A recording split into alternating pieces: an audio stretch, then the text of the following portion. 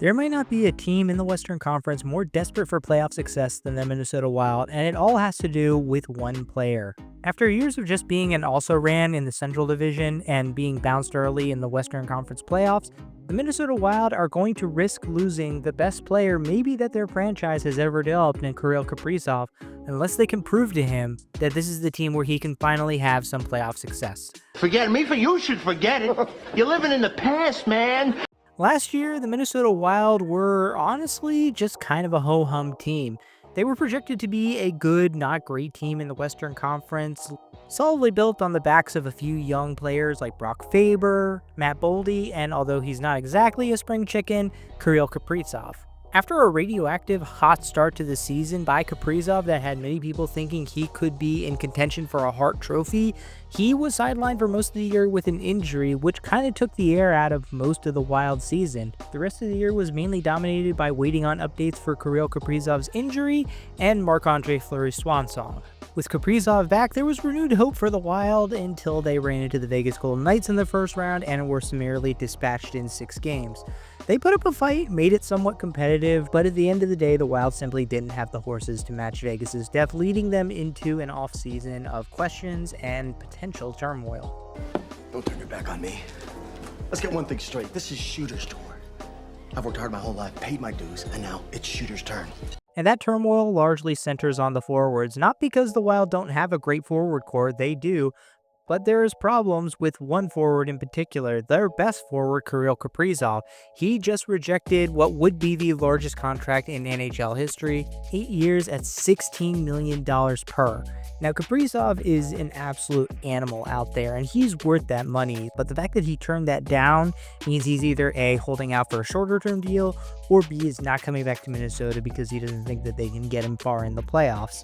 And if it's the former, the Wild should be able to lock him up easily, and if it's the latter, well, then Minnesota desperately needs a deep playoff run this year. And let me tell you, one way to guarantee that you don't do that is trading away your top center, and luckily the Minnesota Wild did not do that and elected to keep Marco Rossi rather than trading him away, as was rumored throughout the offseason. They locked him up for 3 years to go along with Kaprizov and Matt Boldy, one of the most dynamic young forwards in the NHL. On the second line, you've got perennial Selke snub Joel Eriksson-Ek, centering old man Vlad Tarasenko, who's going to make St. Louis Blues fans seethe every time they play against him, along with Matt Zuccarello, who unfortunately is going to be starting off the season on the injured list. Centering the third line, you got Ryan Hartman, who's good for one brutal hit per year that will send the rest of the NHL into an absolute frenzy, while Wild fans try to insist that if you look on it in super slow-mo from the right angle, it's actually not a dirty hit. He'll be centering Marcus Johansson, who's literally like a squatter for the Minnesota Wild at this point, and the one Foligno brother who can actually still play hockey. On the fourth line, you've got Nico Sturm centering Daniil Yurov, who at 21 is looking to prove that he can hold down a regular NHL role, and Yakov Trenov. The most notable thing about him is that he's somehow making $3.5 million for the next 3 years.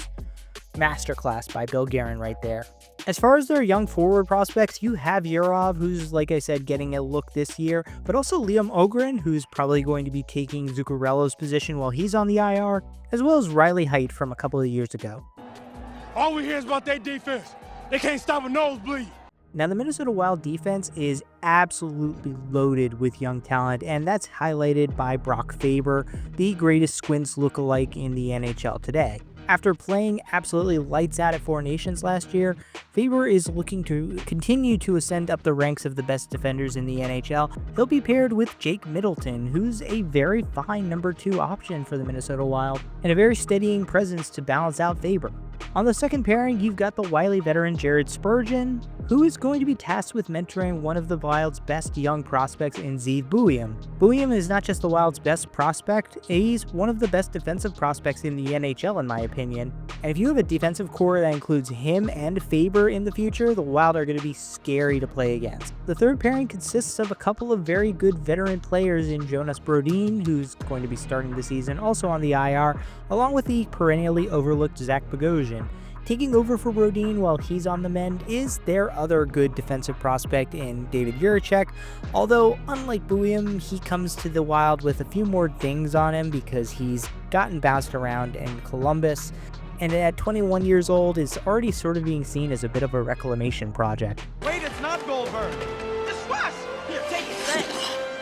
The goalie. With Marc-Andre Fleury gone, the Minnesota Wild will be riding the bus full-time. That's right, Philip Gustafsson takes over as the #1 goaltender permanently for the Minnesota Wild after kind of splitting duty with Fleury over the last few years. It was really a good grooming experience because he sort of ramped up to being that #1 guy, and now he owns the pipes. And honestly, Gustafsson's developed into being a very good quality starter. I wouldn't say he's one of the 5 to 10 best goalies in the NHL, but Gus is certainly not going to cost you games, and his backup will be their best goalie prospect in Jesper Wallstedt. Hopefully, he can give you some quality starts in relief this year, but anything more than that you get from him, Minnesota, is just gravy on top. You ain't gonna be able to hit them. They're too good and you suck something off. Yes, sir, I sure do.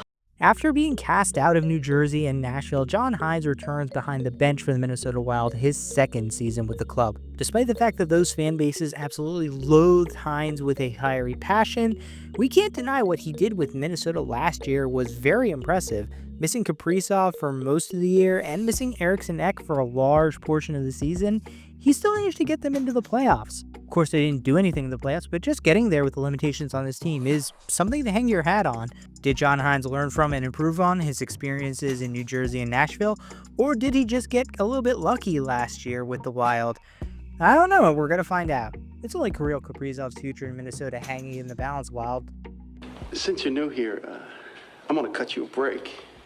Oh, Magic Conch, what did the Minnesota Wild do to upgrade their NHL team this offseason? Nothing. That's right, folks. Once again, the Wild sat out free agency, didn't even sniff on some of the big trade targets this offseason, and entered the season with the exact same team and the exact same coach, hoping that this time things are going to go better for them. They didn't even have a first-round draft pick to use this year. They used their second-round pick on Theodore Hellquist.